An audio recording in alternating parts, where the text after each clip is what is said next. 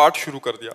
महाराज जी, भगवान की कृपा से 1 महीने के भीतर मुझे अमृत पान का सौभाग्य भी प्राप्त हुआ। सत्संग सुनने के दौरान महाराज जी मैंने जाना कि 5 चोर काम, क्रोध, लोभ, मोह और अहंकार हमारे भीतर लूट रहे हैं हमें। महाराज जी, ये विकार बहुत शक्तिशाली प्रतीत होते हैं और मैं प्रतिदिन किसी ना किसी एक भगवान से बढ़कर नहीं है। किसका प्रश्न है?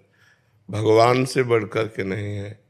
भगवान से बढ़कर है भगवान का नाम, भगवान से बढ़कर के है भगवान का प्रेम, क्योंकि भगवान नामाधीन है और भगवान प्रेमाधीन है। यदि हम भगवान का नाम जप करें और भगवान से प्रार्थना करें तो काम आदि दोष जितने हैं ये सब मन पर प्रभाव डालते हैं। मैं मन नहीं हूँ, बात समझना है।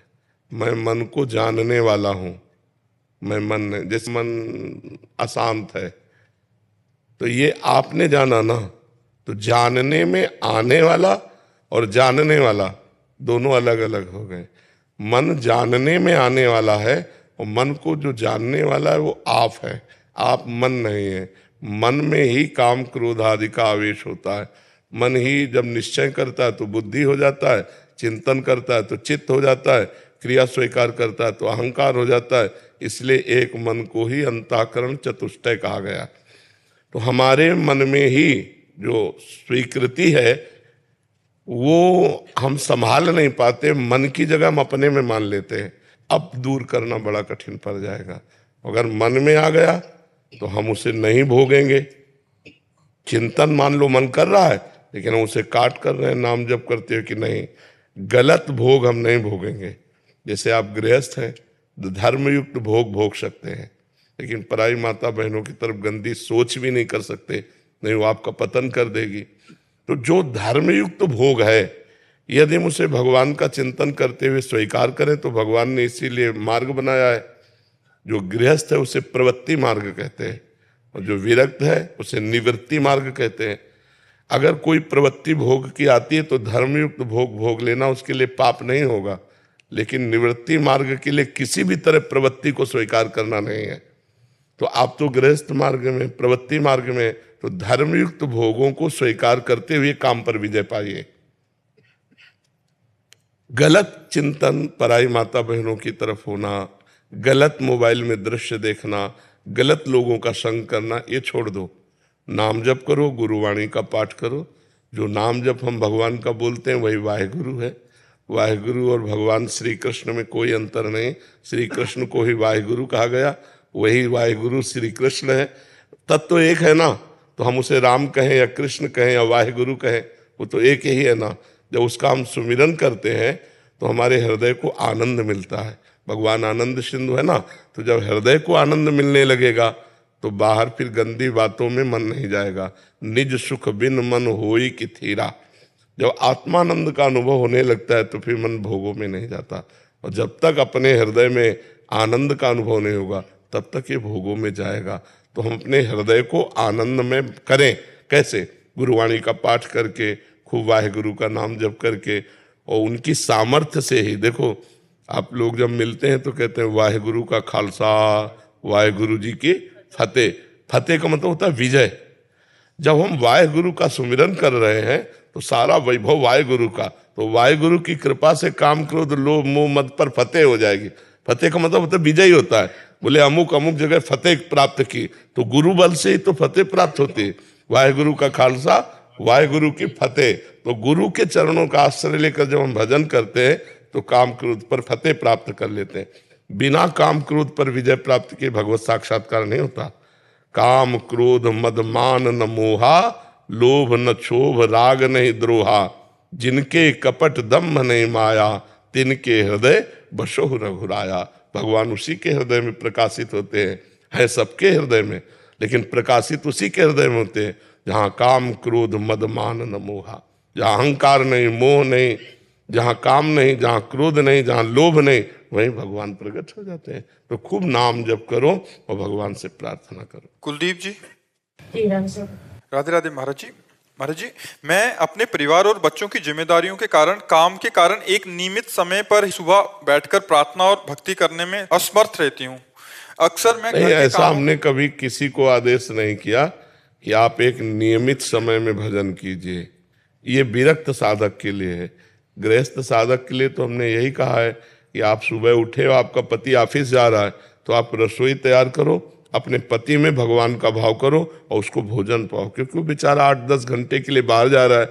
अब आप अपनी पूजा विस्तार करके बैठ जाओ, उसका टिफिन नहीं तैयार, उसका भोजन नहीं तैयार, बच्चों के लिए स्कूल जाना है वो तैयार नहीं।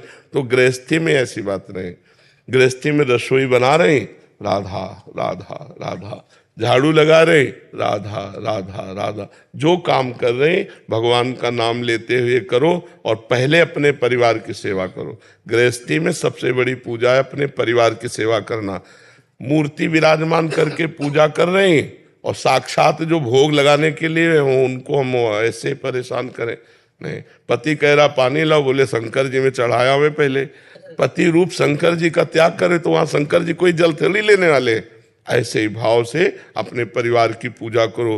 पुत्र में भगवान, पति में भगवान, सास ससुर में भगवान, और कहीं मंदिर जाओ चाहे ना जाओ, अपने घर में ही मंदिर है, घर में ही प्रभु विराजमान। काहू सो कहाँ जहाँ प्रभु ना है।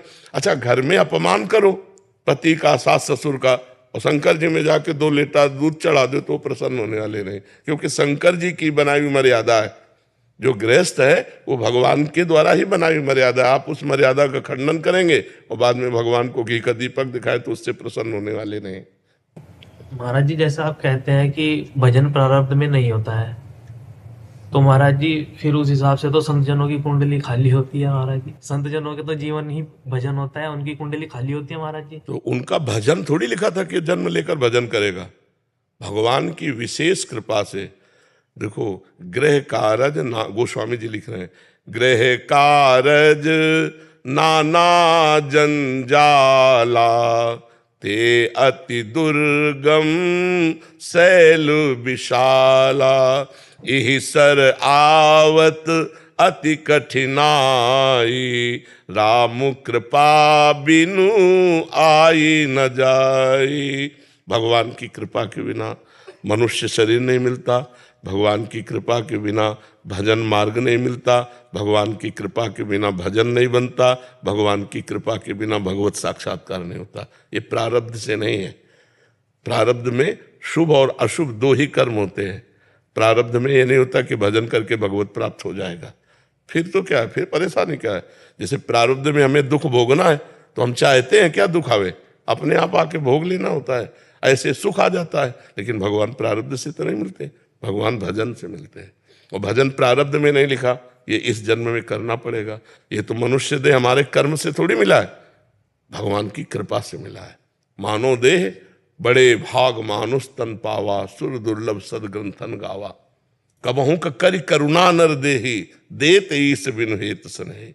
बिना हेत प्यार करने वाले भगवान ने मनुष्य शरीर दिया।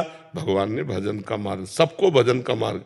जैसे आप लाखों लोग सुन रहे हैं यूट्यूब में, लेकिन इसको धारण कौन करेगा? जो धारण करेगा वो भगवान को प्राप्त हो जाएगा। नहीं, भगवान की तरफ से तो ऐसा नहीं कि आप यूट्यूब में गंदी बात ही देखें, बड़े बड़े संतों के सबके प्रवचन पढ़ें, तो आपकी अगर भावना बनी और आप संत संग सुने और आपका मन भजन में लग गया, ये कृपा हो गई। आप गंदी बातें देखें, संसार की तरफ बढ़ते, ये दुर्भाग्य है, अकृपा है, ये भगवान की अकृपा है।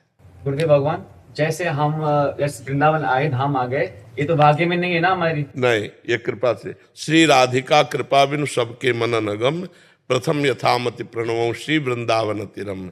अब ये कृपा कैसे हुई?